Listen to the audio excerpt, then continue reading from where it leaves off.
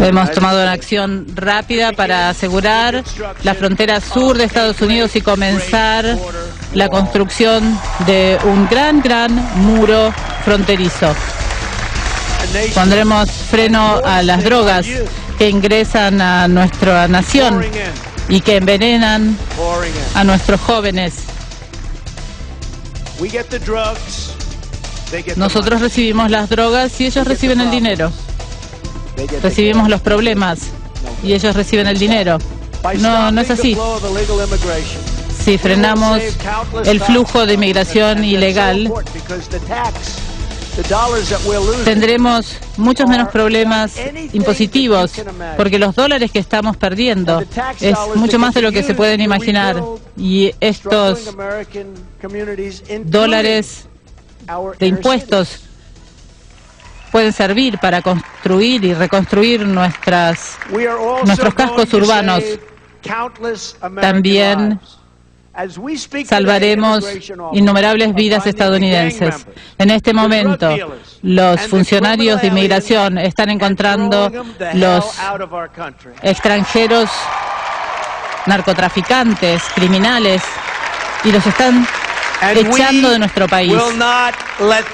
El presidente Trump, en la reunión de conservadores conocida como CPAC, que ocurre cada año y que tiene nuevamente la visita de un presidente, el presidente Donald Trump. Antes de ir con nuestros invitados para esta semana en Choque de Opiniones, quiero que repasemos, y vamos con este segmento que parece será permanente, el de la semana de Donald Trump. El lunes, el presidente Trump anunció desde la Florida, el Día de los Presidentes, a su nuevo asesor nacional de seguridad, el general H.G. McMaster, conocido por hablar fuerte y hablar de manera directa. Reemplaza al general retirado Flynn, quien renunció en medio de la controversia por el tema de los contactos con Rusia. También el lunes empezó a explicar el por qué había hablado de Suecia y de lo ocurrido allí el viernes cuando no había ocurrido nada. Insistió durante la semana que sí, que en Suecia pasaba algo, y sí, hubo algunos disturbios esta semana luego de la controversia generada por las declaraciones del presidente Trump sobre la inmigración a ese país. El martes se conocieron las nuevas directrices del Departamento de Seguridad Nacional sobre inmigración, las prioridades de deportación, y ese mismo día el presidente estuvo en el Museo de Historia Negra en Washington y allí condenó actos de antisemitismo que son cada vez más frecuentes en Estados Unidos. Pasemos al miércoles. ¿Qué ocurrió? Ese día anunció la eliminación, la Casa Blanca, de una medida a nivel de decreto que protegía a las personas transgénero para poder utilizar baños públicos. Lo dejó en manos de los estados. Y también ese día viajó el secretario de Estado, Rex Tillerson, a México.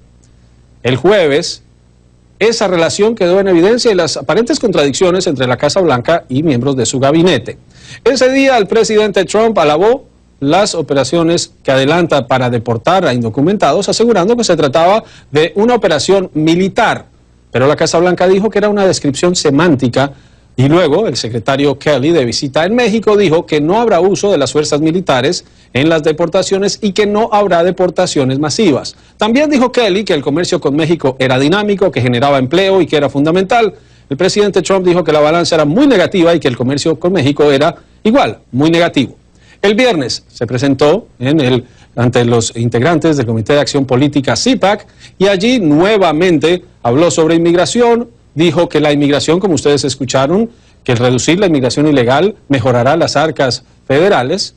Esa es una de sus muchas declaraciones, y dijo que están expulsando a narcotraficantes y delincuentes de este país. Pero además fustigó al FBI luego de que CNN revelara que la Casa Blanca intentó convencer al FBI para que intercediera públicamente y negara las versiones sobre contactos entre funcionarios de campaña de Donald Trump y elementos rusos que para Estados Unidos podría tratarse de agentes de inteligencia. Negó esa versión nuevamente, y es un tema constante del presidente Trump. Acusó a los medios de inventar, pero es la confirmación que tiene CNN que el FBI, que no puede tener ese tipo de contactos por reglamentación interna, se negó a tratar de desmentir las versiones que la Casa Blanca dice que no ocurrieron, pero que fuentes de inteligencia aseguran fueron así. Voy a presentarles a nuestros invitados. Me acompañan en nuestros estudios Rubén Barreras, corresponsal en Washington de Notimex. También está María Luisa Rosell es la corresponsal de Radio Programas del Perú, RPP, aquí en la capital de Estados Unidos. En Miami, Al Cárdenas es estratega republicano, abogado y colaborador político. Y en Chicago está Oscar Chacón, es el director ejecutivo de Alianza Américas. Voy a comenzar contigo, Oscar. La semana de Trump y el momento político que vive Estados Unidos. ¿Cómo ves esta semana y cómo describes este comienzo del segundo mes? Bueno, como tú dijiste, se vuelve ya casi que lo típico de cada semana el hacer una revisión de todas las cosas que esta administración pone en vigencia. Creo que para América Latina en particular destaca el tema de los memorandos dados a conocer el lunes 20, que abordan en mucho más detalle la manera en que se planea, se implementen las órdenes ejecutivas del 20 de enero y del 25 de enero, como también la visita de los dos, el secretario de Seguridad Doméstica y el secretario de Relaciones Exteriores, secretario de Estado, a México, que yo creo que son datos importantes de rescatar. Yo quisiera rapidito comentar que sobre el tema de los memorandos, que nos dan mucho más detalle, lo que hay que recordarle a quienes nos escuchan es de que ninguna de estas cosas necesariamente significa nuevas leyes, sino que en esencia lo que esta administración está haciendo, especialmente a sabiendas de quiénes son como el grupo que está manejando todo lo referente a política de inmigración, están dispuestos a aprovechar al máximo todo lo que ya está estipulado en la ley, y en particular la ley de 1996, creo que ha generado mucho temor en la población inmigrante, no solamente aquellas personas que viven sin papeles en Estados Unidos, sino también incluso personas que son residentes permanentes y que a la luz de una aplicación rigurosa de la ley del 96, que es una ley extremadamente restrictiva, excluyente y punitiva, pudieran también verse afectados. Yo creo que estas son como las noticias que afectan más, por lo menos el ámbito de América Latina, y con gusto pues comentaría más en el curso del programa. Ese es el objetivo. Vamos a hablar con Al Cárdenas en Miami. Al, CPAC, una reunión que conoces muy bien, porque estuviste detrás de esos eventos. Primero, el hecho de que vuelva un presidente. Hay quienes dicen que ya no tiene la misma relevancia que tuvo, por ejemplo, cuando estuviste al frente de ese evento, y el mensaje que envió. Mira, cuando la Unión Conservadora Americana, que auspicia CPAC, se fundó, fue después de la derrota de Goldwater a la presidencia, fue en gran parte porque estaba siendo infiltrada por grupos nacionalistas y extremistas y de perjuicios como el John Birch Society y otros, y se creó esta organización para precisamente excluir estos factores de prejuicio del movimiento conservador. Eso fue en los años 70, ahora estamos 40, 50 años después, y estamos invitando a CPAC a personas que particularmente comparten opiniones que queríamos nosotros excluir cuando se fundó ACU. Yo fui el presidente de CPAC en los últimos años. Y sí te puedo decir, cuando Steve Bannon empezó su discurso ayer sobre el tema de CPAC o en estos días, dijo que le agrada mucho poder estar ahí porque él se consideraba el desinvitado de CPAC, y tiene toda la razón. Yo cuando fui presidente de la organización no lo había invitado porque pensé que su organización Breitbart compartía sentimientos nacionalistas que no estaban de acuerdo con los sentimientos del movimiento conservador, ni con los fundadores de nuestra organización de la Unión Conservadora Americana. Pero sí ha habido un poco de evolución. Cuando escuchamos al presidente este año, al presidente Trump, su discurso fue muy similar al que dio en CPAC en 2015.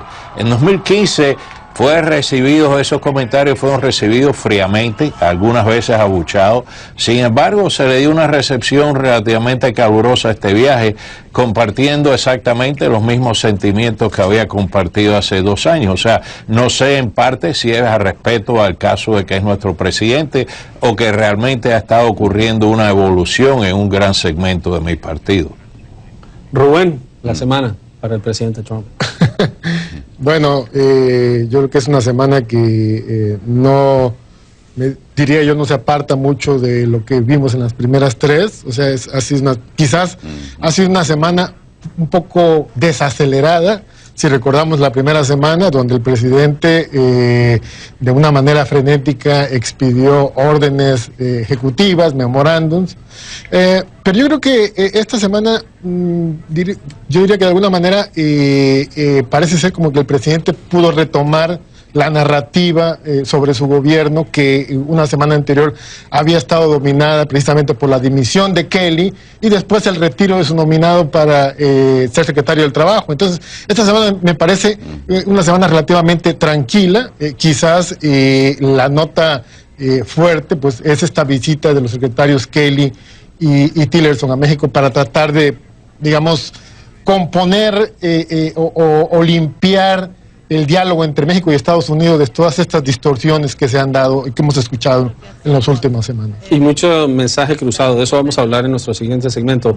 María Luisa, termina la semana con la visita del primer mandatario latinoamericano que recibió en la Casa Blanca, el presidente de Perú, el presidente Kuczynski, una situación interna de Perú muy diferente a la que vive Estados Unidos, o de pronto similar, pero ¿cómo ves la semana y el hecho de que Kuczynski sea el primero? Bueno, yo creo que esta semana hemos tenido la oportunidad de ver de manera mucho más clara y mucho más evidente la ideología y la filosofía que hay detrás del trumpismo. La reunión del CPAC de los conservadores republicanos, en donde además hay que decir las grandes figuras republicanas estuvieron ausentes, no estaba el líder de la mayoría republicana en el Senado, tampoco estaba el presidente de la Cámara de Representantes, estaban más bien un solo senador de todos los senadores republicanos, que era Ted Cruz, y 3 o 4 representantes a la Cámara, o sea que las figuras republicanas realmente del Congreso no estaban en esta reunión que es tan importante para los conservadores.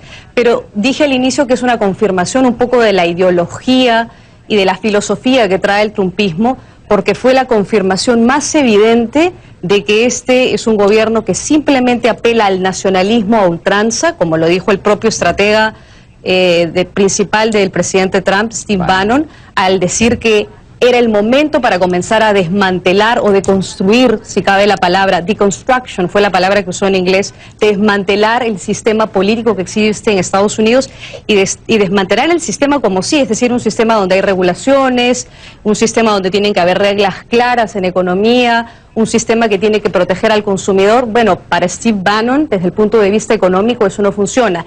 Y desde el punto de vista social, es un poco más de lo mismo que escuchamos en la campaña y que el presidente Trump a todas luces está dispuesto a llegar y continuar llevando adelante, que es, como dije, este nacionalismo a ultranza, donde solamente deben prevalecer los derechos de una sociedad que los trumpistas ven como una sociedad hegemónica, donde todos tienen que ser iguales. Y eso me parece francamente una confirmación muy preocupante de lo que viene más adelante, porque vamos a tener un encontronazo entre una sociedad que quiere ser más pluralista, más diversa, y una sociedad, desde el punto de vista de los trumpistas, de estas personas que están en la Casa Blanca, que debe ser más hegemónica, más parecida, donde la diversidad no tiene ningún valor, ningún peso en la sociedad. Y era interesante escuchar el discurso de Stephen Bannon hablando sobre el partido de oposición, que según él somos nosotros en la prensa, es el poder que nos da desde la Casa Blanca.